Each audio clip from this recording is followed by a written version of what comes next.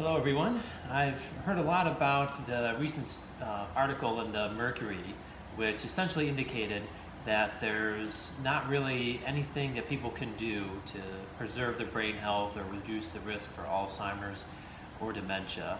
And this, for those of you that know me, those of you in the Brain Club, that's completely opposite everything that I've been promoting and advocating in these brain clubs, which is that there definitely are lifestyle things that we can do to keep our brains healthy. So I had to look into it, and I found the article, and what they essentially said was that over-the-counter vitamins and supplements do not help to keep your brain healthy. Completely agree. They said that cognitive training, when you do that, you only get good at that specific domain that you train. So if you train your memory might get a little bit better at the tasks that you do, but it's not going to make you quicker or not improve your executive functioning, and completely agree with that too. What they don't say is that a variety of different types of cognitive training, a whole global approach to different types of mental exercise. They didn't mention whether or not that is good, and that's definitely what I advocate for. There's lots of variety and doing different things to create new connections.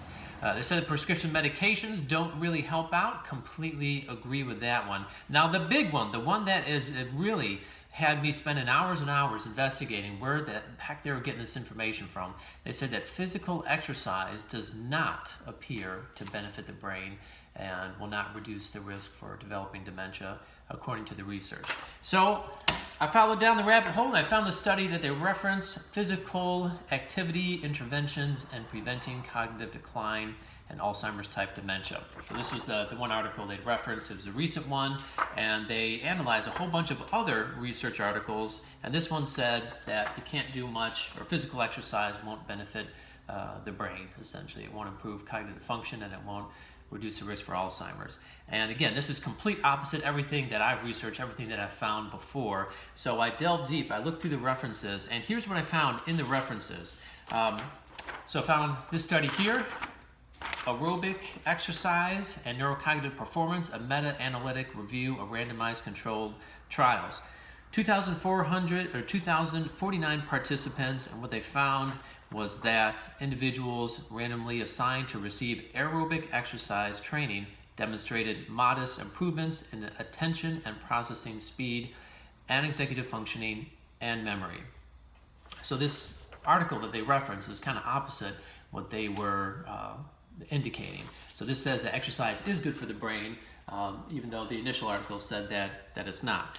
So I'm looking more. So I've got, it's about 10 or 11 different of these articles that they reference that I looked through, and every single one of them was saying that yes, exercise will improve. Another article here, effective resistance type exercise training with or without protein supplementation on cognitive functioning and frail and pre-frail elderly, secondary analysis of a randomized, double-blind, placebo-controlled trial. Results were in frail and pre-frail elderly, resistance type exercise training improved information processing speed, attention, and working memory.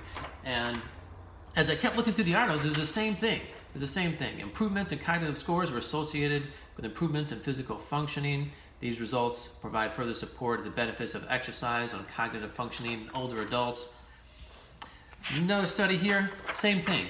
Every single one of these studies that I was flipping through that they referenced was saying that exercise actually does benefit the brain, reduce the risk for Alzheimer's. Longitudinal observational studies show an association between higher levels of physical activity and a reduced risk of cognitive decline and dementia. Again, the same thing, it kept going on. Every single one of these research articles that I was delving into was opposite what the article was saying, that physical exercise does not promote brain health or reduce the risk for dementia. Every single one. All right, so that's, what, it's like 10, 11 different studies here. They're all saying the same thing. The more you exercise, the healthier your brain is, the better the cognitive functioning, and the less the risk of Alzheimer's. Except for one, they found that there was a two-year trial, this number right here, 2-year trial where they broke people up into one does physical exercise, another group does something similar to the Brain Club. It's a workshop where they talk about things that are good for your health, and they talk about financial management and a variety of different things, all promoting the well-being of the people that went to this workshop. And at the end of the 2-year studies, they found that these two groups were largely about the same. The group that exercised and the group that went to this workshop. And they said because they're about the same, that the experimental and the control, there was no difference. Therefore, physical exercise does not benefit the brain. Now, the problem with this article here is that they didn't seem to take into account that the people that were in the control group that went to the workshop once a week, they did actually end up exercising a bit more. Not as much as the exercise group, which is about 2 hours a week, but they did start not exercising and then went on to exercising about half an hour a week. Plus, they get all the information about a healthy diet.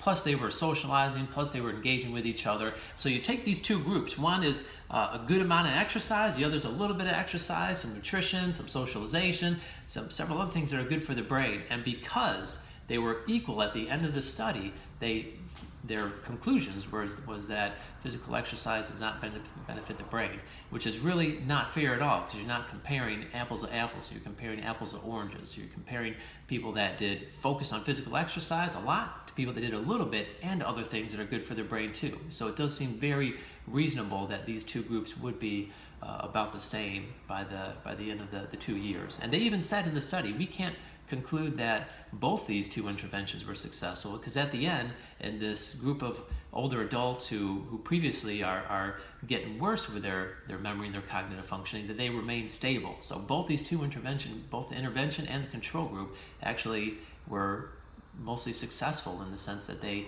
maintained their memory, they maintained their cognition. So ladies and gentlemen, long story short, I delved into the research, and I feel even more strongly my convictions that I had before, that physical exercise and leading a healthy lifestyle will lead to a healthy, longer lasting brain.